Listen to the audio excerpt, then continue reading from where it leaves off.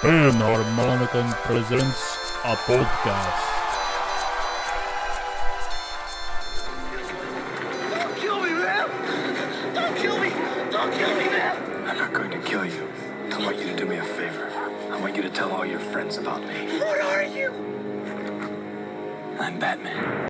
I guess there's some movie that came out called Mosquito or Mosquito Man, and this is just gross. Was it like fly level of gross? Yeah, it just looks. Was it the Ammunitia Sindel lady? Yeah. Oh, that wasn't the picture that. Oh, this is just gross. Yeah, this is gross. Oh, my lord. Yeah. Is that like a new movie? 2005. Oh wow, I was expecting more recent than that. I guess that's during that period of time where they were just like, let's put together 2 words and see if they like work.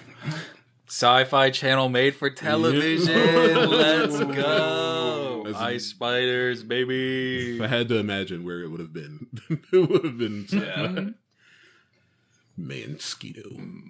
That would be better than Mosquito Man. Yeah. Mosquito. It's weird because it said Mosquito Man because it was listed as one of the movies that she's in. But then when I clicked, how'd that happen? Oh, I think You it's hit it when you were that revealing the Mosquito Man. the grossness. But yeah, when I then clicked on the movie, it then changed in the search field on Google to Mosquito. Maybe it's Mosquito, the Mosquito Man. That would be fun. Just in case you didn't know. Just hit everything. Yeah. What if they don't know that it's a combination between mosquito and man? Well, we'll go ahead and put a colon. Mosquito Man. Mosquito, the Mosquito Man. Because, like, you would have to... Because saying Mosquito does the questions, right? It's like a Gogeta Vegito situation. Is it a, like... A A mosquito, mosquito the size of a man the size of a mosquito, or like an amalgamation in like a man that's tiny like a mosquito with a mosquito head, or a mosquito with a man head that's the size of a man. Whoa. Or the 5th thing that we learned, which is just a mosquito man, the size man. Yeah. Which is gross. Yeah. Also, why? Vampires exist. That's already a man-sized thing that sucks blood. You don't need a absolutely. mosquito to do it. And maybe it's just like the gross factor, like the horror of it all. Yeah, like the body sci-fi. horror. Yeah. It did have a very like Baxter Stockman-esque feel to it. Baxter Stockman stocked up on more episodes. 53. 53. Welcome to season 2. Season 2. two. So, episode 1? Season 2, episode 1 of Wow. Panharmonicon Studios presents A movie podcast. Ew. That was my best Batman noise. Spinning newspaper. Yes, sir. Thank you guys for watching another episode of the podcast with your host, Damon. This is Andrew. And Farron. And if you didn't guess, hadn't read the post recently, or didn't even read the title of this, if you don't read titles and you just click on things, thank you. That's actually pretty cool. I don't do that, but like if autoplay. Autoplay does exist. Yeah. That's true. I turn that off immediately on any device that I have because sometimes I just want to watch the one thing that I watched and then go about my business. Yeah. But if you don't do that and you stumbled upon us, thank you for listening. At least giving us this moment to have listened. We are going to be doing Tim Burton's Batman movie from the year 1989, typically colloquially known as Batman 89, even though it's just called Batman. Yeah. And what a movie it is going to be that we go over today. Whew. But before we go over that, gentlemen, how you been? What you been up to? How's life been treating you? I've been all right. Been on the Pocopia rabbit hole. I bought it for Mora just because when we have to Amazon Prime rent a movie, it just automatically goes to her card. And I was like, I think this is probably $70 at this point. I'll just buy this. And then I watched her play it. I was like, damn, this does look like a really good game. So anytime she's done, I'm like, oh, my turn. So I came in, you were playing it. Exactly, yeah. Poco. That's the only game you're playing right now? Yeah, I guess thinking about it because there's really nothing on my PC that's kind of catching my attention. And then Switch, I beat Leaf Green so that I could play Pokopia. Haven't done the that's not backstory. What is that? The post game for that. The Sevi Island. Because and then apparently you can do because at this point I think I'm just shiny hunting and it's full odds, so it's like I don't want to do that. Shiny hunting? Yeah. So you don't play Pokemon. So sorry. Pokemon, there are things called shiny Pokemon, which is currently I believe it is one in 8,919. I don't know. I think it may have gotten buffed actually. Since I think it got buffed in Sword and Shield. Yes. Well, I guess base odds for Leaf Green. But Leaf and Green, it's the old ones, which are like 1 in 8,900 something. Odds of getting a Pokemon whose colors are just different. I want to say that because not all shiny Pokemon are created equally. No. Some have great shinies. So, for instance, you know who Charizard is. Yeah. Now imagine Charizard, but black and red. And that's Charizard shiny. You know Pikachu. Now just imagine Pikachu slightly tanned. And that's so just imagine just a little darker yellow. Okay. That's Pikachu shiny. Yep. You would think the mascot, the one that they pour all the marketing into, would have a great shiny. But I guess they were so scared of making it unfamiliar that they just barely changed it. And then sometimes you're like, this is a great color Pokemon. Let's make it puke green. Yep. Oh, awesome. Yep. Poor Jolteon. Poor Dragonite. That too, yeah. So there are things you can do to increase the odds, but they almost are never there's never going to be a 1-1. I think.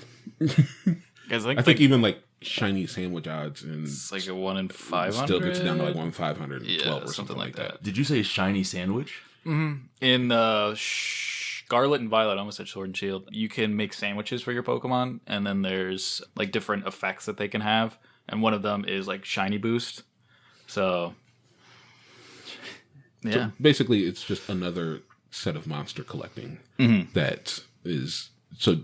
So do you want all 1,025, and then also the 1,025 shinies, and also the additional 100 something regional variants? It's things like that. It's just making you want to stay in the game, playing and getting more.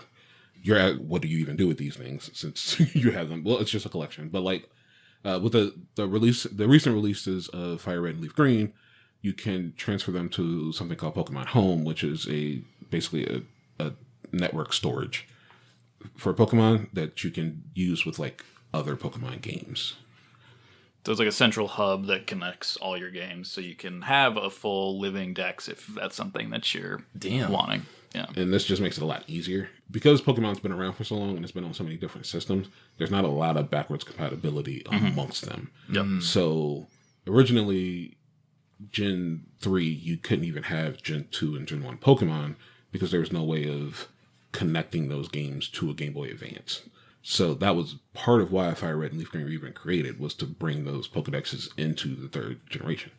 But then, so through a bunch of manipulation, you can take a Pokemon from your original Pokemon Blue and put it into Sword and Shield. You would need, I think, 5 different consoles, I think.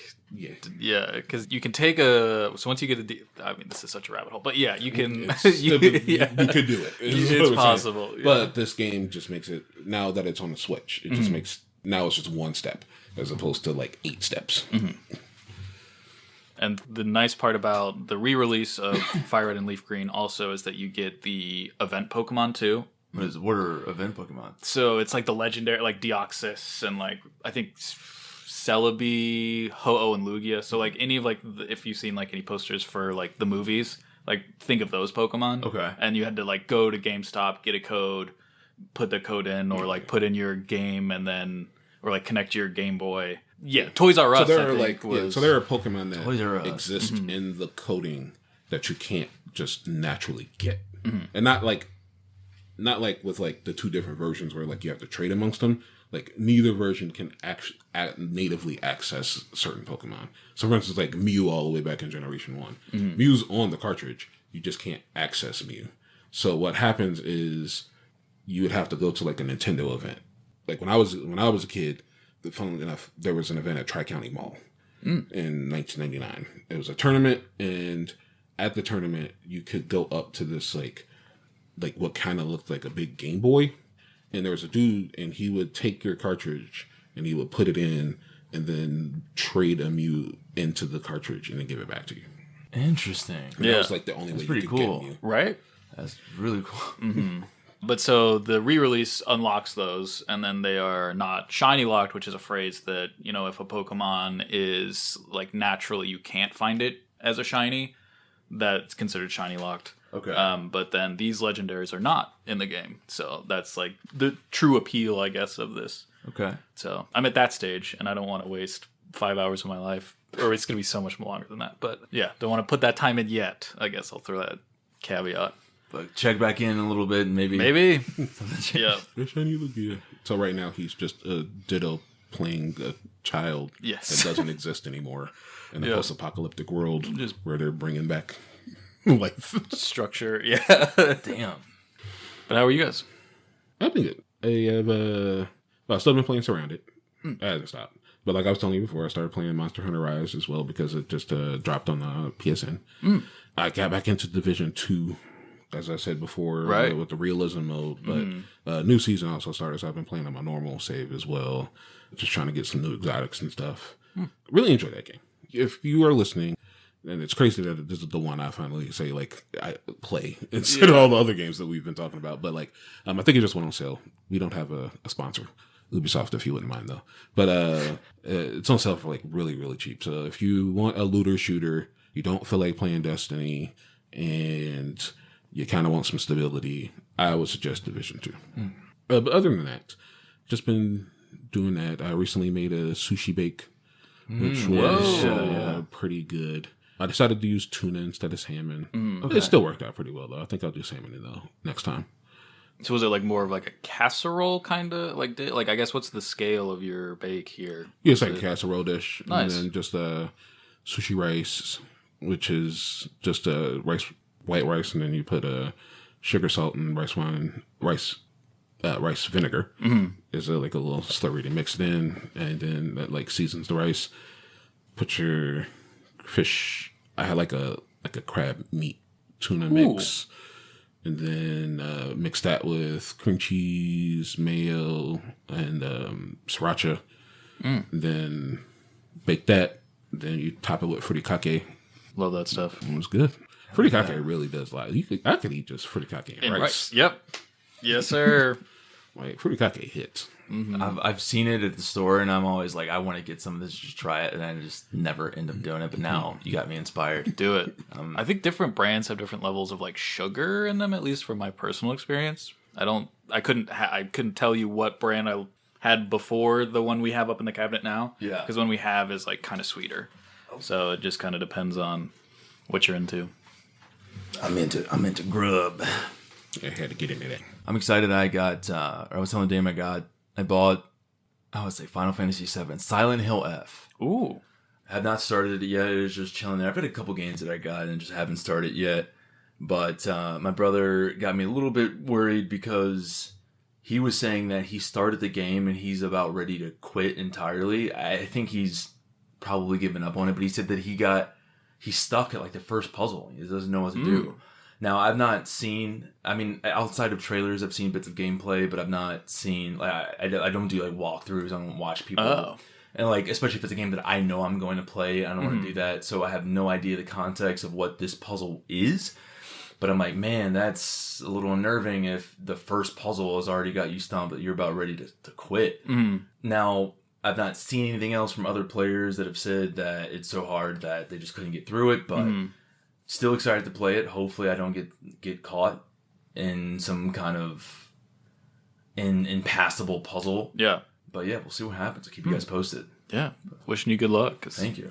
That seems wild that the first one is that hard. Dude, the But, hey, first puzzle, like, if they're bringing back hard games. Like, I can't complain. yeah, But- because it does really make you realize just how easy games have gotten.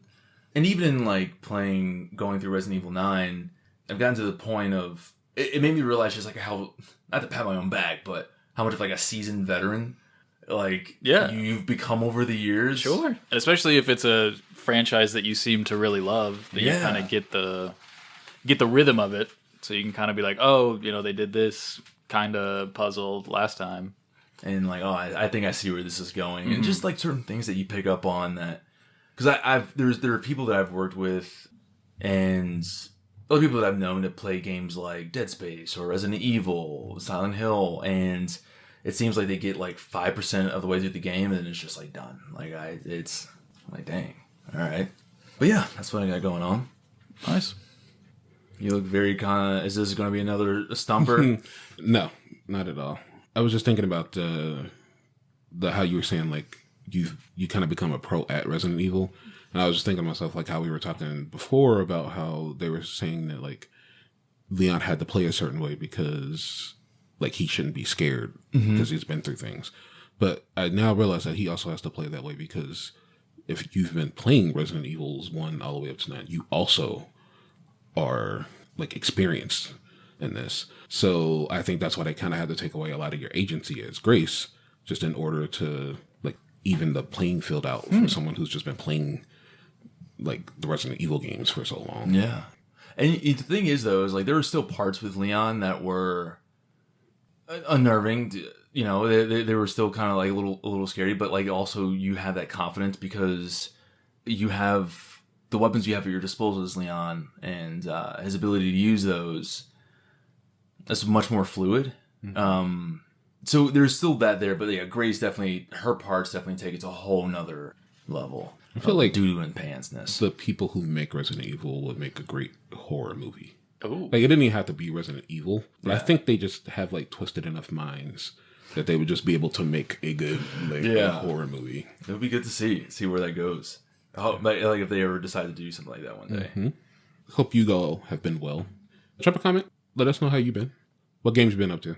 What you been up to, and what games have you been playing? that was a weird imagination. I mean, it worked. It works, but Yeah. it wasn't what I meant to say. What games have you been playing? What have you been up to? Maybe we'll also start doing some game podcasting stuff. That's true. one day. But we move on to our brain teaser. Brain teaser. Brain Pizza. And today, I am going to be giving the boys a synopsis that is explained poorly from the subreddit of a similar name, and they have to guess what it is. In today's movie, pretty short here, a marriage nearly comes to an end until a husband deals with another man around Christmas time, rejuvenating the marriage. Say that again? I'm sorry. A couple's marriage nearly comes to an end until the husband deals with another man at Christmas, rejuvenating the marriage. Is it Turbo Man? What was that one? Jingle All the Way. Yeah, Jingle All the Way. It's not Jingle All the Way. Okay. Christmas. Is it Santa Claus? Tim Allen's Santa Claus? It is not Tim Allen. Santa Claus. Until a husband has to deal, the husband has to deal with another man, At Christmas. and then it makes it everything okay. Rejuvenates their marriage. That's what not is that Love Actually? That's more than just one guy. Yeah, I was going to say. That's a whole ensemble. But could be explained poorly. Yeah, that's the whole bit. That's, yeah. That's the part. Time period? 1980s. Whoa. Okay. I guess genre? Oh, Die Hard? It's Die Hard. Oh, nice.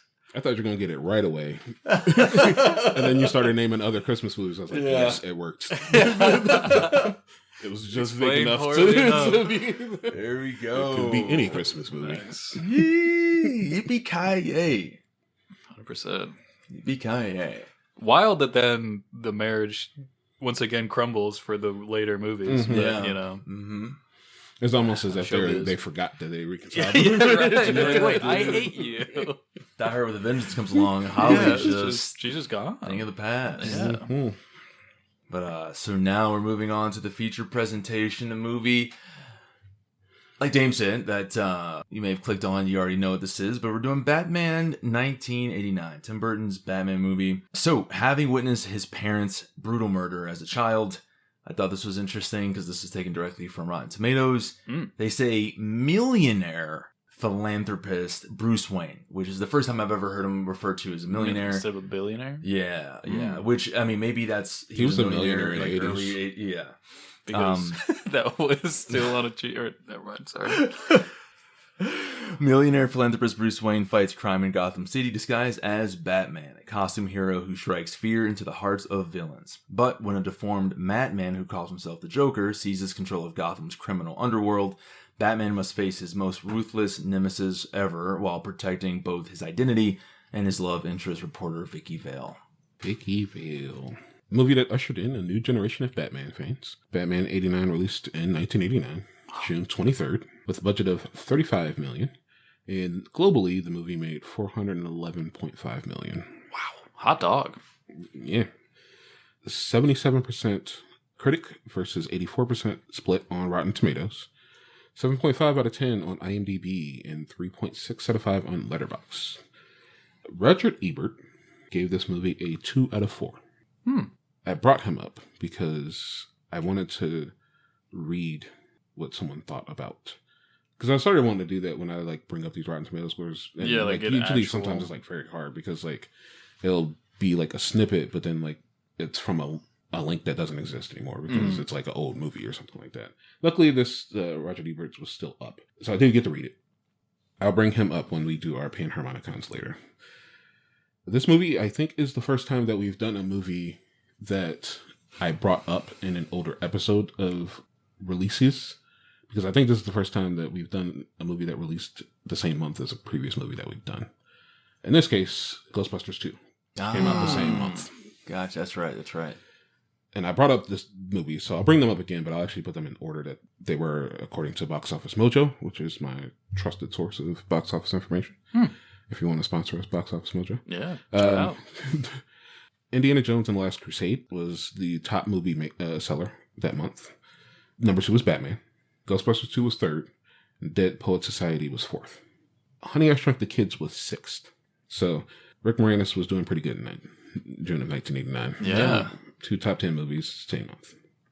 And we are in a movie here starring Michael Keaton as Batman, Jack Nicholson as Jack Napier, a.k.a. the Joker, Kim Basinger as Vicky Vale. Whatever you want it to be. Not quite sure. And Billy D. Williams as Harvey Dent, Which is a wasted role. Yeah. Yeah. Because I guess maybe spoiler alerts for the next movie. He doesn't come back, right? He does not. He doesn't come back and returns. Yeah. No. He does not return. But yeah. Yeah. Yeah, very, very interesting. I mean, I guess when we get into Batman Return, apparently there was a lot of changes that happened there. Oh. I mean, I think we can all see. 100%. But yeah, there are a lot of changes here. So, interesting movie. It's 20 years removed from Adam West's Batman. I think 66 was the year that movie came out. Mm-hmm. So, no Batman stuff in between that period of time. Which is wild to think about. Yeah. So this movie is essentially, like I said, it ushered in a new generation of Batman fans. Yeah. It brought Batman back to cinema. It basically stuck Batman, now he's just always in cinema. Yeah. Yeah. To think about, I mean, we've not had a 20-year gap of Batman at all. Which is interesting because I know we touched upon this a little bit the other day when we got to the little bit of magicking, but ultimately you see that Michael Keaton eventually does not maintain being Batman as they move into the Joel Schumacher era, and rather than just being okay, well, we're just not going to do Batman until 2005, Christopher Nolan's 2005 Batman Begins. You're just we got to replace him because we can't go a decade or multiple decades again without Batman. So let's just replace him. So he's just been here. Yeah. It is interesting though, because this is something I actually wrote this in a note about Batman Forever and Batman and Robin, But I don't know if you guys feel this way, but there's like this sliding, it seems like there's a sliding scale of time in which these movies are very much influenced by not even Batman films of prior decades, but just like other films within just a different era that might be like 30 years prior. And I say that because like, and as I was looking at like Batman Forever and Batman and Robin, they almost kind of returned to this goofiness that was like prevalent in like the Adam West Batman, where you have these goofy gadgets. Everything is very much more cartoony. Mm-hmm. And then when you even look at like Batman Begins and Christopher Nolan's trilogy in 30 years prior, you think about like what films were big in the 1970s, where the 1970s kind of appeared to have this like grittier tone to it. Like the films had like they were weighted more in realism. And then you look at like the 2010s with Batman versus Superman and it having a very much more like action oriented, like the action of the 90s, but having it taking that influence, but then modernizing it. And then you look at the Batman with Robert Pattinson, you go back 30 years and you can see movies like Seven, like having that. So it almost kind of seems like they look back 30 years and then say, how can we take the aesthetic of this time period and then make it modern? Because with Batman 1989, parts of it kind of give me this like, even though it's not done in black and white, gives me the feel of like Casablanca or like just older films from, you know, I don't even remember if Casablanca was in the 50s, but films that may have come from like late 40s, late 50s era. No, I definitely, with you pointing that out, I can see where you're coming from for sure. We're just like, oh, interesting. Like, is that how? So, like, once you get to 2040, like, what? Like, you're looking back at 2010s. Like, what was? But then again, everything is influenced. Like, if the 2010s were then influenced by the 80s, then are you even doing 2010s if not just doing the 1980s again, coming full circle? I mean, I guess you would still have like your like tropes, your like the zeitgeist of that time would still like have to probably proliferate the art medium. Like, I mean, Casablanca didn't have Prince doing the soundtrack. Yeah. What if, dude? What if? Oh boy. So, I mean, what were some of the things that you guys picked up on watching this? Like, how do you feel about it? How do you? I think, I mean, of course, we did talk a little bit, but I think for me, the thing that stuck out the most was just how awkward the Bruce Wayne was. Because even though he's listed as, was he Playboy, I guess, millionaire? Or was it just more millionaire philanthropist? Yeah, they didn't know nothing about Playboy, just okay, millionaire so there you go. philanthropist, yeah. So I guess that could be why he's maybe less of a womanizer in this movie. But that was the thing that really stuck out to me, which I guess could have just been a shift in, I guess, the Batman, or I guess that, not IP, but maybe this take on it had him be less of a womanizer. A little bit more like unsure of himself almost. Like he didn't know that, like he needed to play, like he needed to put this guise over that Bruce Wayne part where, because it does seem like in the comics and in certain like iterations of Batman and cartoon where like that billionaire playboy part it is like very much emphasized in order to just be like, yeah, I could not see that dude as Batman. Yeah. Whereas this one with Michael Keaton, you'd be like, man, he's this recluse. No one really knows who he is. Right. Which was very interesting to me that no one even had, and granted, yes, like the movie came out in 1989. Parts of it does kind of feel like the time period, even though it came out in 1989, that it took place in like a much older time period. It's kind of like Batman the Animated Series, where you're watching Batman the Animated Series and then like the cars that they have are much more reminiscent of like 40s and 50s than it is of early 90s.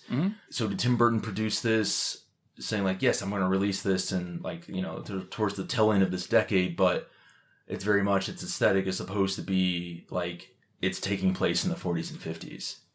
I would say, so I have read some things. I tried not to do too much diving into it because I really wanted to kind of just keep this one surface level. But when it comes to things that influenced him, it seems that the 40s and 50s comic books are where he got the aesthetic from. And then parts of it are also the Killing Joke. That seemed to be a book that he was big into during the making of this movie. In fact, Okay. I believe someone said that he has like an excerpt or like a foreword or something in the like editions of the Killing Joke book. Tim Burton does? Oh, very cool. What I look at when I see this movie is him having some homage to the 66 Batman series. Okay. And I think that's because also that series also kind of rooted itself somewhat in those like early comics, especially like 60s and 50s comics, where what we look at now is like we equate Batman, like we equate Bruce Wayne and like Tony Stark, kind of like billionaire, playboy, philanthropist type characters. But back then, he was much more of just like what rich people were like. So like the front facing person, right? Which was just this like well-mannered, stuffy person who just like, they're off in a high rise or they're off there. Like they're not down here with like the normal people. And he's also not crazy, I guess would be a good way to say. Like nowadays we equate that like Batman is kind of messed up. And so like as a result, he's either like in the Batman a recluse. Yeah. Or in Batman Begins, there's a clear separation of like the two characters. Here, there is no real separation. Like Bruce Wayne and Batman are like one and the same, and Keaton plays both pretty much Similar, like, yeah. the dead same. And I remember Kevin in Batman animated series saying that one of the major reasons he even got the role was because he recognized that he needed to play Bruce and Batman differently. And so when he voices Bruce is, while he's more like assured in what he says, because obviously Bruce Wayne needs to be assured in what he says, he does have a much softer tone. I was going to say like much lighter and more playful, than Batman does. Batman has got to be like, now he doesn't use like a gruff voice, but he definitely uses like a deeper, darker, authoritative voice for Batman. And I'm going to say this because since we're not even a spoiler alert, you guys know that we're going to be doing Batman Returns next. Yeah. And Batman Returns, he suddenly adopts a like There voice is, for Batman right, that he does not have in this movie. Yeah. In this movie, that's why, like, at some point I was like, Vicky should recognize that this is Bruce because he's talking to her exactly the way that Bruce talks to her. But also, in my opinion, I'm not like, I've seen movies with Kim Basinger. Kim Basinger is a great actor. I don't know why she didn't care so much in this movie, but I think maybe she just wasn't like, the character of Vicky Vale just wasn't written to be like needing to be explorative and acting. She comes across really just one dimensional. Yeah. And which is really weird because it's like, while I didn't read anything about it, it almost feels also like Superman is a inspiration for this movie. And yet he doesn't treat Vicky Vale like Lois Lane. He treats Vicky Vale as if she's just like a Bond girl. Or not even a Bond girl, because there are Bond girls who like keep up with James Bond. Vicky doesn't at all. Like she has the one moment of kind of doing like a clever thing with just taking pictures of Batman and then trying to hide the film footage. But like other than that, she falls. I mean, she even says that she fell in love with Bruce at first sight, which is wow. Because you didn't even recognize him. Yeah, dude. Yeah. But, so is Vicky Vale from the comics? Like, is that? Oh, okay. Does she have a bigger role in like her series? Vicky is a come and go. Oh, Vicky was a bigger deal for Batman early on, much like a Lana Lang type deal, where like eventually she just kind of gets pushed aside, mostly because the Catwoman story is so much more of an appealing story to do. sure. So Selena typically ends up coming around much more often than Vicky does, but Vicky still pops up every once in a while. Okay, good to know. How does no one know who Bruce Wayne is? Yeah, That people, for some reason, she and Knox don't know, but people know. Like people were showing up to the party. Like Gordon knows who Bruce Wayne is. Sure, but like, I mean, even from like a standpoint of a reporter, like you're both reporters and you have no idea what Bruce Wayne looks like. I guess, was it this movie where she pulls the file and it's empty? So like maybe it's just like the times where he's not very visible. So That's so interesting. It's a very thin yeah. line of thinking, but But also, it seems like there is no, unlike in other films, in other Batman films, there is no really kind of seeing like what he does for work. Mhm. You know what I'm saying? Like I don't think there's even one point where you see him go to a meeting. Like he tries to make the excuse of like, I can't. I got go, work, I got work. I yeah. got to this meeting, and Mhm. but like, you just never see really ultimately until we'll get to it in the next film. But it's just interesting to me that two reporters are like walking around this mansion and like, I have no idea who this guy is. Mhm. And maybe part of that is just because, I mean, like, we grew up in a totally different time where now, like, these people can't hide who they are. You know what I'm saying? Like, Sure. everyone knows what Jeff Bezos looks like and Elon Musk looks like. Like, you're not going to walk around, but who around here is the $450 billion net worth billionaire here? It's like, no, I've seen this dude everywhere. Yeah. I think you could get away with it back then, though. Because I mean, It's more realistic. Yeah. Plus, like you're right, we don't ever see like Wayne Tech Right. as a thing, so we don't know where he's making his money Mhm. or if he even continues to make money. Because they said that his dad was a doctor, right? Mhm. Is that the normal? Yeah. I think that's the Yeah. the normal Okay. thing is that Thomas is that Wayne's Wayne's the a doctor. Gotcha. Yeah, so I know that I just think that's super interesting. I also think it's interesting that because I know this is a conversation that comes up a lot, especially when people start to make comparisons to Zack Snyder's Batman with Ben Affleck. Like Batman doesn't kill, and I know people have made have pointed out that in very early Batman comics, Batman has killed people. I think there's like a panel where he's got a henchman who's literally hanging up by his neck on like the Batcopter. And then eventually, I think the version of Batman that we're more familiar with, especially when you look at like the animated series and beyond, that he's not somebody that kills. However, he totally murdered everybody in that chemical plant. Yeah, dude. I had that exact same thought. I was like, I turned to Maura. I was like, doesn't Batman not kill people? Like, and she's like, yeah, that's his whole thing. I was like, this Batman should just have a gun, just like shoot people in the face. Like that Absolutely. would solve so many of your problems. Dude, like the scene where he drives into the chemical plant and everyone's shooting at him, and then they all Just drops a bomb. yeah, dude, out of his wheels, and then it turns out he's not even in the car. It's like, man, you might as well just have like a fighter jet just go in there and blow that whole spot up. Airstrike, yeah. Dude, and also, why is it that, could they not use the name Ace Chemicals? I was wondering the same thing. Like, there's multiple times in this movie where like something should be named or should be something that it isn't. Mm-hmm. So, Ace Chemicals is a company in DC and especially in Batman movies. Mm-hmm. For some reason, they call it Axis Chemicals here. Mm-hmm. I have to make the assumption that they didn't call it Ace because there must be like an actual Ace Chemicals that exists. Oh, like at the time, or yeah. So they were like, we got to change it. But there's also like Eckert. Eckert is clearly Harvey Bullock. Thank you. Okay. All right. And yet they don't name him Harvey Bullock. Yeah. Like he looks exactly like Harvey Bullock does in the comic books. And you're like, oh, that's Harvey Bullock. And then you're like, Eckert. And I'm like, sure, whatever. I don't know why you don't want to name him Harvey Bullock, but that's Harvey Bullock.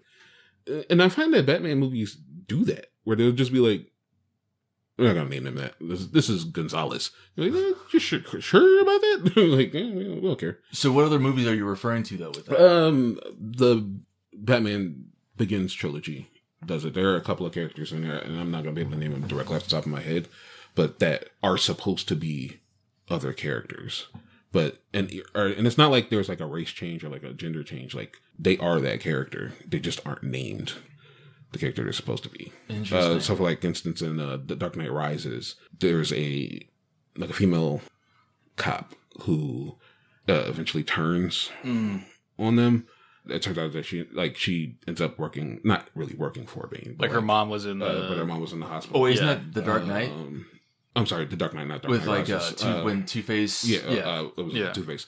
She is a character in the comic books, but she's not named The same character one that they in- give her in that movie. No, yeah. And I'm just like, yeah. that's weird. Yeah. Why would they do that? And there are a couple other times that happens, but I guess sometimes they just don't have. I mean, I always want to say like you own everything, you should just have the rights to it. But then I have to guess that there are outside things sometimes where it's like, no, you can't use that because this thing exists. Mm-hmm. Kind of like the whole like Shazam, Captain Marvel thing. Yeah. Where you're like, well, Yeah. can't do that anymore, so we gotta we gotta go this way now. Ace chemicals is a thing in real life. That's what I was Googling, but I don't know if that would be enough to really dissuade them. But Because eventually you see Ace Chemicals come up. I mean, obviously it comes up a lot in the cartoon. It comes up in even the games, I think. yeah, In Arkham Asylum, yeah. So maybe just at that time they were scared of litigation and they just didn't want to Sure. like even mess with it. Especially because chemical companies were like before like the 90s, chemical companies had like money because they were Sure. like profiteering off all that like wartime Yeah. like chemical manufacturing. But there's one thing I do want to say that it's just in all four of these movies, Gotham City is awful. It is designed like a madman designed it. Yes. I would hate to live. Yeah. in Very, any like, version weirdly of- steampunk. Yes. Yeah. It's just like there are sky bridges that you don't know, like there are highways between buildings, like through them. Everything is layered. There's just so many like skyscrapers on top of skyscrapers, Yeah. behind a skyscraper, next to a skyscraper. Uh-huh. And then when there's just this point came across at the museum. When they get to the museum, it doesn't look like a museum. It looks like a prison. Mm-hmm. The metal signage on the face of it is like almost the exact same color as the exterior. I was like, what are they even going to? And then it like opened up and had that art and it's like, oh, right, she's going to the museum. But then you get inside and it looks not like a museum whatsoever. No. It looks like the inside of like a airport. Yeah. Just looks like a weird lounge. And I'm like, ugh.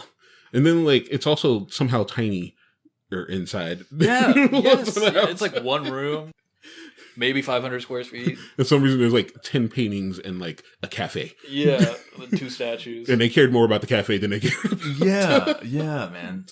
Yeah, no, that's a good, like, it is, at least in the other films, like, I could see Gotham City being a place, like, while crime is rampant, that people, because I think it's most apparent, in my opinion, in, like, the Christopher Nolan trilogy, to where it's like, okay, maybe this is a livable city, like, outside of course, all of the crazy shenanigans that are happening, especially after, like, the Dark Knight Rises and all the terror attacks of the Joker, but that looks like Gotham City in Tim Burton, Joel Schumacher era is so incredibly gloomy. Like, I don't think that in any of those films I saw a sunny day. Right. It People is- have to be so vitamin D deficient. Yeah, Like, it's man. crazy. And just constantly depressed. Like, I don't see, and which makes sense as to why there would even be questions about, even, it seemed like this was something they were questioning even before Jack turned into the Joker, of whether or not they're going to have that, like, celebration for the city, like the city's birthday. Yeah. Mhm. And, like, the Joker wasn't even a thing at that point when they're having that conversation early on in the movie. So it's like, crime is already so bad, even without Batman's main nemesis being a thing, that you're questioning whether or not you can even hold this citywide event celebrating its birthday. Like, that's how terrible this city is. And then you add the Joker? Yeah. Because, I mean, the two guys, like the two robbers that you see, they have, like, boils and stuff around their mouths. Like, they look not healthy. Yeah. So, I mean, I don't I know guess. what drug was out on the street. Yeah. It was fucking them up. Yeah. Gross. Like, I was like, ugh, Batman's got to punch you now? He kind of sanitized his gloves Yeah, afterwards. just like, Like, ah, my jeez. goodness. Although I will say, I think it was very interesting to, yet again, we see a movie where they're not doing an origin story. You know, they are touching upon how he started, but that they're doing it through the lens of another family that almost is Yeah, like it this was close to replicating. Yeah. Yeah, the little fake out. Yeah, I was Yeah. just like, oh, okay, Yeah. cool. They're doing it. It's so funny because that would be something that you think would happen like today. Where it's like, okay, we've done the origin so many yeah, times. I guess this was Yes. the coming Like- back. So, yeah, wow. But Good like, point. it's like, no, we're going to fake you out the first time. Yeah. Instead of like the fifth time that we need to do this for you. That's a good, and it makes me wonder. Like, what again? I think we may have touched upon this, and I forget what other superhero film we talked. Well, I mean, with Superman and a couple others, but what made Hollywood start wanting to do that? Oh, the fake out? Just Like, like, like the origin. delving into their origin more like that, you know? There's probably a belief that I have this. I think it's as comic book movies became more acceptable in mainstream, there became the understanding that there are going to be people watching the movie who are not at all familiar with the character. Mm-hmm. I think back in 1989, they probably thought like the people who watch this movie know all about Batman. Yeah. So Yeah. it'll be the comic book geeks coming out to watch this movie. Yeah. Right. So I think they themselves were probably surprised when they got $411 million back, and they're like, Yeah. "Oh, okay." And there are probably a whole bunch of people like, what was up with Bruce Wayne? What was that? The Joker? He fell in chemicals? Wow. Don't ask why I gave the person who doesn't know this. I was going to go with it. You don't have to provide an origin story for that voice. Right. I got you. I trust it. But it's like, we've talked about Blade before, and Blade doesn't do origin story. There are plenty of others. And then, like, for me, I think one of the superhero films that I have the most vivid memory of, where there is, like, a very thorough origin story, is Spider-Man. Mm-hmm. And that's not until 2002, where they're, like, really digging into it. And it takes up, like, the first act of the movie. Mm-hmm. And then other films are doing it. And you got the Fantastic Four does their origin. I guess X-Men didn't do it, I suppose, but X-Men would have they don't predated really Spider-Man. have an origin. Yeah. Like there's so many like characters. It'd be like they all have different times where like they discovered their like origins and stuff. So it probably just made sense to be like they're already established as like, this group of people. But I guess First Class though did kind of circle back to be like, hey, this is the start of this team. But I think at that point, like, I think the rhythm had been established of you do the, we just said it so many times. You do the origin story to then get into the movie. So by maybe the time of First Class, you mean? Yes, Okay. yeah, sorry. Yeah. And No, then- yeah. Okay. So then I think it might have just been how that's just the mindset everyone has of making a superhero movie. It's like, oh, we got to do however long it takes. We got to at least give it to them. Like, oh, this is how we got here. Yeah. So maybe since it was so fresh, because were any other like superhero movies made in like around 89, or was it? I would say like in the 90s there were, but typically I guess like they're prior doing... would be the. prior to... Yeah, that'd Superman, be the that better Superman question. series. Yeah. Okay.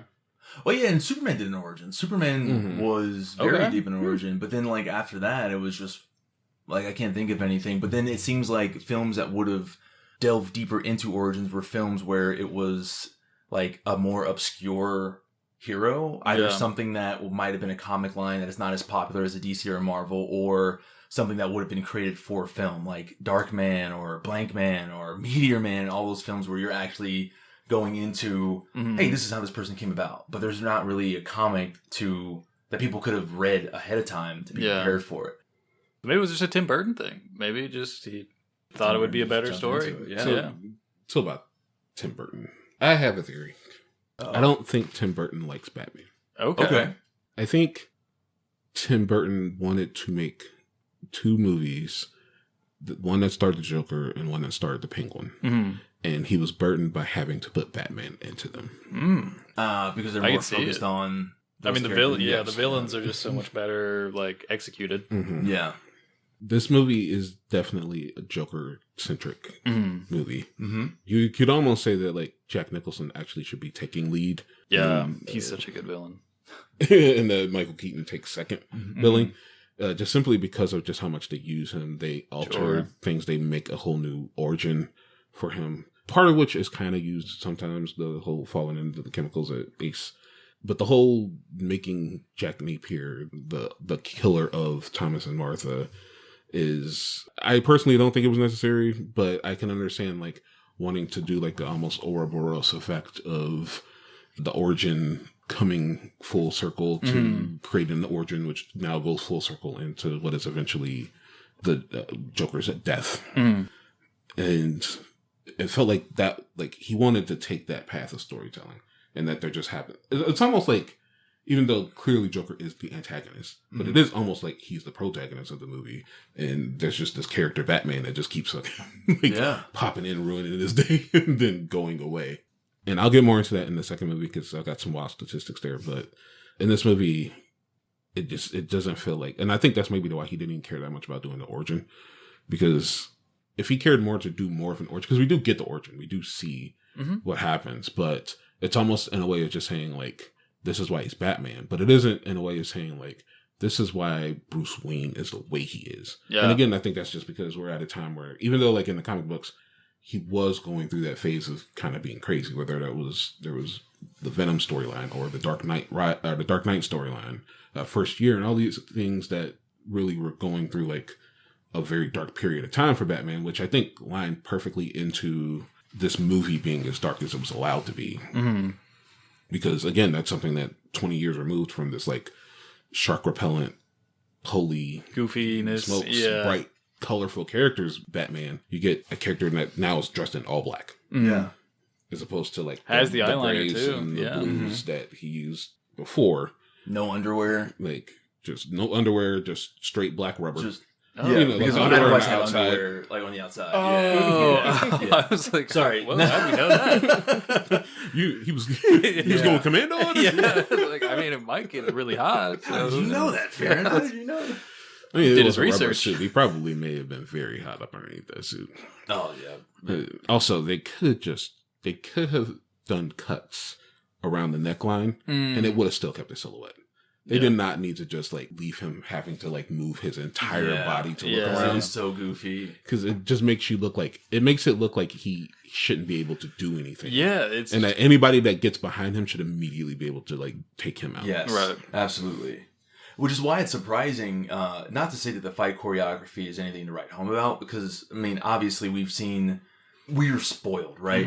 Because we have even just the opening sequence of the Batman, when you see how he moves, and in the animated Batman series, whether it's Young Justice, Batman the Animated Series, Batman Assault on Arkham, the film that came out, and when I see Batman like that, I'm like, that's how I imagine Batman moving. And then so it is kind of hard to go back to these movies and you see how slow it is. But even towards the end, in the third act, when he's chasing Joker up the chapel, I'm like, I'm surprised he could even duck, dude. I'm surprised he could do certain things. I'm like, wow. I have in my notes, Batman doesn't go up no hatch. Like what? Like what? He would go outside. Like I was like, this is so stupid. So He's thank you walking for up the stairs. yeah, just like, oh, what's going on? I'm gonna get there. Vicky. Yeah, it is. Yeah, wow, very goofy. Speaking of that part, here's a question: do you think that Batman came into the church with the intention to kill the Joker or to apprehend the Joker? What makes you ask that question? I asked that question because by the time he gets up there and starts to fight the Joker, there doesn't ever seem to be a moment where like incapacitation is on his mind. Yeah, and in fact, like when he punches the Joker over the edge, it's almost as if he's just like about to be like, well, we're done here. Yeah, like didn't seem to be a moment where he was immediately thinking like, I need to catch the Joker and bring him back up. Yeah, and in fact, like he never at any point in time is saying like, I need to capture the Joker. So do you think that he went up there with the intent to kill, especially because as we've seen, like he blew up his factory. Like, he blew up the factory. Like he knocked. Well, granted, he didn't really knock Joker into the acid. Joker kind of just like took a bullet to the face and then fell in there. Yeah. But then, like Batman just kind of went, I'm gonna go home.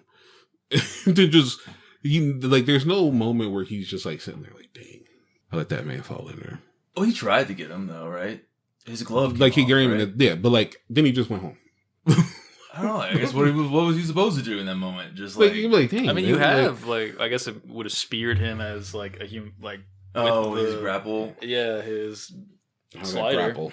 His grapple hook though, it felt so much more like archaic and primitive. Oh yeah. In this version of the film, like even the scene where they're falling and he grabs Vicky Vale towards the end, and then you see just how big the that was hook crazy. is. Both Moore and I were like, that's what it hooks onto, is like the round pillar and not just any of the little pillars that are on the railing. I'm like, look at this thing. My goodness.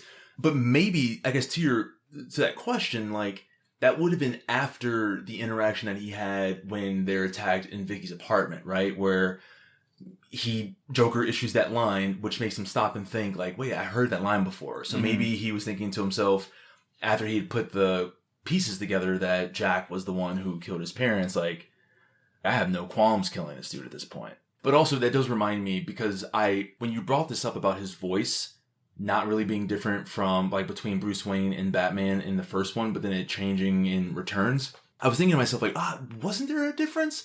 But then I thought, no, because I remember thinking about this specifically towards the end when Batman shows up and he taps Joker on the shoulder like, "Hey, You have ever you dance ever you dance with the devil in the pale moonlight? there's no change." I'm like, Bruce. That's Bruce Wayne. That's Yeah. Bruce. Yeah. That's why, like, at that moment, I decided that he had to have decided then and there he was going to kill him. Yeah. Because there's no way he just revealed who he was. Right. And then it was going to be like, I'm not, you know. No, he, But the way he says it is so funny because he just says it like a normal person. yeah. There's no like, have you ever danced with the devil in the pale moonlight? To make Joker be like, what the heck? Instead he's just like, hey man, you ever danced with the devil in the pale moonlight? Yeah. If anything, he'll be like, what? Wow. Man, also, I thought this, there was such, obviously, I think that it just gets goofier as time goes on with, like, the subsequent installments, especially with, like, Forever and Batman and Robin. But there are so many goofy moments in this film still that it almost kind of seemed like they weren't trying to focus in or hone in on how goofy it was, but you're just thinking about it, like, again, the fight in third act in the chapel where the guy who has, like, apparently knives attached to his calves, and he does this front flip. And I don't know if you noticed it, but when he does the front flip, very quickly there's a shot where you see him, like, use his hands to tap, like, the side of his legs, and then the knives pop out. I'm like, the fact that you have to push a button after doing this front flip, this goofy-ass front flip, and then you got to make sure that you reach down and press in your socks so that the knives come out and you can try to stab Batman. I'm like, this is goofy. And then he just, for whatever reason, like, he had designed that little palm thing for that specific moment, just in case somebody does a front somersault towards me so I can hit him in the crotch. Now I've got this, and I don't even think you need this, like, metal spatula that comes out. Maybe he didn't of want your to touch glove. it. Huh? Maybe he didn't want to touch it, so he's like, I need something barrier. between my Especially hands. after he's, like, punching criminals with, like, leprosy. Pustules, yeah. It's, like, bursting. It's like, nah, I don't want to touch this, man. I'm tired of all the cleaning chemicals I got to use on my gloves. Give Alfred a break on this one. Also, like, the mob decided they needed just, like, a couple of dudes who were Asian martial artists. Right. Like, amongst all these guys with just, like, guns. They're like, we need just a couple of acrobatic martial arts dudes. Yeah. Like, that'll really sell really set it in that we mean business. Yeah, we got these guns, we could kill you, but there's also this dude who could just come flipping in and karate kick you a couple of times and make you want to maybe pay us a couple extra for, for protection. I was thinking, wouldn't it be hilarious? So the scene where at the museum, when he comes in and he gets Vicky and they're escaping the museum and they walk out and he's like, says something to the effect of like, go to the car. It's like, which car is yours? And then it's very obviously like you see that car. Like, what if the Batmobile wasn't his car? What if it was just like a 1985 Honda Civic that Batman was in? And it's like, well, whose car is this? Just some dude comes out and he's like, hey. What? Spent a lot of money on this. I have a question though for you. You mentioned something earlier about wanting to stay superficial with this. Mm-hmm. Like, what do you mean? Like, you didn't want to do too much like research into? I didn't want to do a super amount of research into this one. I wanted to like, because it's such a like established movie in like the zeitgeist that I'm sure there are plenty of people who've done tons of research on it. And as such, I just kind of wanted to take a step back and be more like, because this is like the first time I've seen it in almost like 30 years. I don't think I've seen this movie since maybe I was 10 or 12, like 11, 12. So I wanted to be like, just look at it. Fresh movie. Same way that I would look at a movie that if we were just watching it in the theaters today. Mm-hmm. But there were just times I wanted to be more like, why choose this situation? Like, why do this? And so I also needed to watch the rest of the movie, so I didn't want to sit down too much on just this one specific one. But it, you know, I still ended up doing things that just because the concept of, I think Tim Burton was such an interesting choice for director of this movie. So this is 1989. You got a period of time where, I mean, like, he's hot at the moment. There's no lie. He just did Beetlejuice with Michael Keaton, and he's getting into Edward Scissorhands and The Nightmare Before Christmas. So you've got this person who's got this, like, really, like fantastical, whimsical sense of, like, perverse humor, but also, like, a perverse sense of, like, like theming in horror. And you're thinking to yourself, okay, that does make like it works for this Batman movie. But I also wonder, like, you also have all these different action movie directors that could have easily just made a action movie out of Batman. Yeah. So choosing, like, Warner Brothers choosing him was like just pretty interesting, and just like how he did it. I really just wanted to look into it even more. So just the fact that like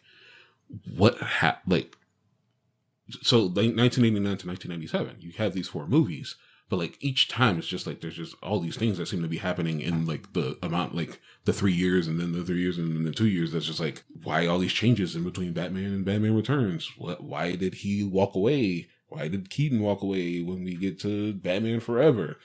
Well, why is now Clooney here? Why is it just pure Schumacher at this time? Because I think Burton was the producer for Batman Forever, but I don't recall if he was for Batman and Robin.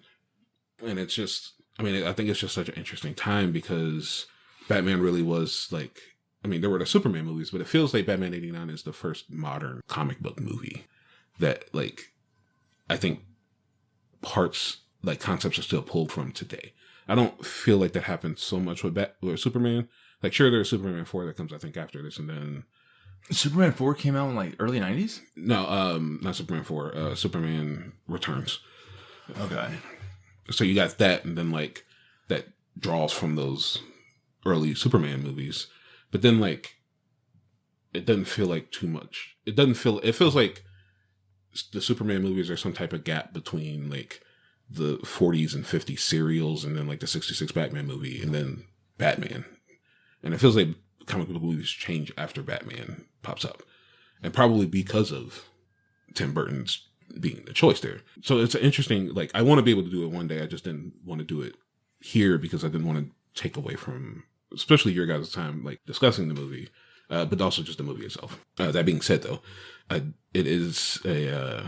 there was a part in this movie that made me like actually just laugh, like just hard laugh. And it's when Joker is starting the parade. And so the Prince song starts playing. Everyone's out there, even though there isn't supposed to be a parade. Mm-hmm. Also, the fact that he's throwing dollar bills that have his face on it, but they never bring up the fact that he's throwing out dollar bills that have his face on it. It's very interesting. I didn't even see that. I didn't recognize that. Yeah. And it's a callback to the fact that he says earlier to Vicky Vale, well, I like to have my face on a dollar bill. But yeah, he's throwing out fake money, but that never is brought up. But the thing that's just funny about it is that the Prince song is playing and you can hear the crowd, but for some reason, Joker is doing all of these like just movements and you can hear money. You can just hear the paper of money. It's like, shoo, shoo, shoo, shoo, shoo. But he's going like, and it's just quiet. Yeah. Like all of his movements have no sound to him whatsoever, as if they just like chose not to mic him up or anything like that.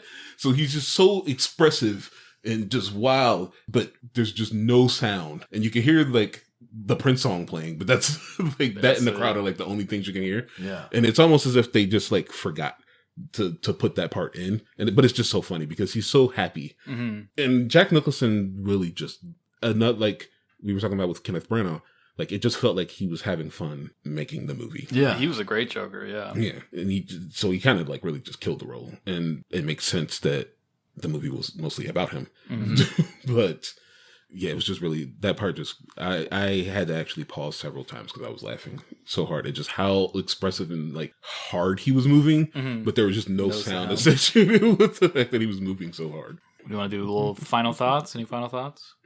The only final thought I have, I'm surprised they were able to find, I'm shocked that they were able to find a younger actor that somehow could imitate Jack Nicholson's facial expression to a T. Oh, yeah. Dude, like his smile was right on point with Jack Nicholson. It was almost kind of like they just cloned him.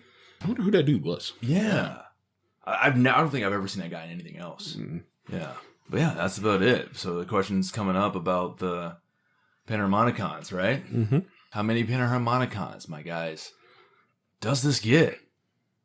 I can go first. I'll give it a 3. I thought it was a good movie, but there was just, I guess it's me looking at it from a lens of all the other Batman movies that we've got to watch and that do it very well, to go back to. I guess it really just is a different take on Bruce that I just was not expecting. And I thought it was kind of interesting that there was kind of this, not mismatch, but there was a point where when the plot needed it, Bruce and Alfred were not on the same page, or Alfred couldn't predict what Bruce needed. Like when I think it was like Vicky was leaving, like for the first time, and then he's like, we'll be back like next week. And then so she's like, oh, see you later, Alfred. Like, talk to you when you get back. He's like, we're not leaving. Yeah. So I just thought that was really interesting to then be like, oh, here's everything you need, Bruce. Like, Alfred's back to being super butler. Just thought that was interesting as well. Yeah, I was like, dang, you ain't got your boys back, Alfred. Yeah, right. Yeah, I thought that was so awkward. I will say I would also give it a 3 out of 5. And that is actually, another thought that I forgot to bring up. It's just like, it is nice to see, again, a Alfred that seems to be in Bruce's corner, as opposed to, and not to say I love Michael Caine, so nothing really. You don't think Mr. Wayne? Mr. Wayne. He's stronger than you. Look at him. Look at his speed. Like, where he was like constantly trying to get him out of it. And the thing is like, I guess in the real world, I can see that. Like, you practically raised this dude, and you know how dangerous this line of work is. So that makes sense. But also, again, just being used to Batman in the animated series, where I don't recall Alfred in the animated series ever being this character that was trying to constantly convince him to stop doing this. Sure, yes, Alfred wants the best for him, wants him to fall in love and all these things, but it just seems like Michael Caine's version was one that was very much about getting him away from that. And I guess even, oh my gosh, his name. Which one? From the Batman with Robert Pattinson. Oh. I forget the name of the actor, but you know what I'm talking about, who plays Ulysses Claw and Serkis. Okay, Andy Serkis. I was trying to remember like which one was Jeremy Irons and which one was Andy Serkis. So I was like, which one? Jeremy Irons, I don't think he played it as like a, you can't be doing this. He was very much like, I've got your back, kind of Alfred. He also had like 3 minutes total of screen time. That's true, which is disappointing, because I do like, I do think I enjoy some Jeremy Irons. I do enjoy Jeremy Irons, but yeah, I'll give it a 3 out of 5. Yeah. The 3s have it. I also gave this movie 3 out of 5 Panharmonicons. I think it's hard to give it. I think for me, it's hard to give it like a true score, just simply because I wanted to be able to try to look at it as in a vacuum, like taking out the modern representations that we've seen, and saying, if I were this age in 1989, this would be the Batman that I'm watching for sure. I think if it were back then, I think it would be higher, just simply because we'd have been starved of Batman for like a good long while. That being said, I said I would bring back Roger Ebert, and I do kind of agree with some of the things he said. He did agree that this was a very stylish movie. It is a very like kind of dynamic movie. It feels like there's a lot, but at the same time, it doesn't feel like the people within the movie, sans Jack Nicholson, are really kind of giving it their all in the movie. Keaton and Basinger lack chemistry. Their dynamic is not there. She doesn't give enough for Vicky to really, and there's not enough push and pull between the two to say like why they should be moving on. And I'll bring up that relationship actually in our next episode. But also, like I said earlier, Billy D being the fourth billing is a wasted thing. I'm not sure why he's in this movie, because he doesn't do anything in this movie. I did learn that the original draft of Batman Returns was a direct sequel, like as in like very close to the events of the first movie, and that he was supposed to be in it, obviously. But setting him up, but not really setting him up, kind of was. Yeah. In fact, there was times where I was like, shouldn't there be like a city manager or a city commissioner that's hanging with the mayor? Because the mayor has Gordon and Dent as the 2 people he's trying to like get this like festival started. And I'm like, these are not the 2 people that should be in these meetings with you. So, like there should be other people. But yeah, 3 out of 5. It is a very like I said, it's an established movie. In the zeitgeist consensus, it is like up there. However, I think when I look at it through eyes of today, while still trying to keep it in its time of 1989, it is a serviceable movie. Mm-hmm. Like, I wasn't sitting there bored or like upset watching it, and I enjoyed Nicholson's performance a lot. Mm-hmm. It's just I now am kind of leaning towards questioning like why we place Keaton on such a high pedestal as like one of the best Batman. Yeah, But Fair. you can kill me all you want, audience. It is what it is. But what did you think about Batman 89? How many Panharmonicons out of 5 would you give it? And do you think Keaton is a good Batman? Put that below in the comments. If you can first and you enjoyed this episode and I didn't turn you off, hit that subscribe button. It'll let you know when we're giving out more stuff. And it'll help us know that more of you like what we do. If you can give us a follow on Spotify. If you have not already, give us a rating out of 1 through 5. If you have any recommendations for movies you'd like us to do, please put them in the comments. Now, I typically almost never say this. I really don't. But give us, we're on all social medias. If you want to see more or you want to be able to talk to us in places that aren't the comment section, feel free to follow us on Twitter. We'll never call it X. Blue Sky, or Instagram.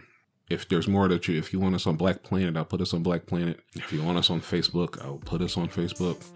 But follow us where you follow. And above all, I want to thank you for watching, listening, engaging with another episode of Panharmonicon Studios Presents A movie podcast. This has been Damon. this is Andrew. And this is Farron. And thank you for listening. Mm-hmm. Catch you next time. The actor is Hugo Blick for the young... Hugo Blick? Hugo Blick. With the blinky. Yep. Has he been in anything? I think so. He's a British guy. British actor. Oh. Have you ever danced with the devil in the pale moonlight?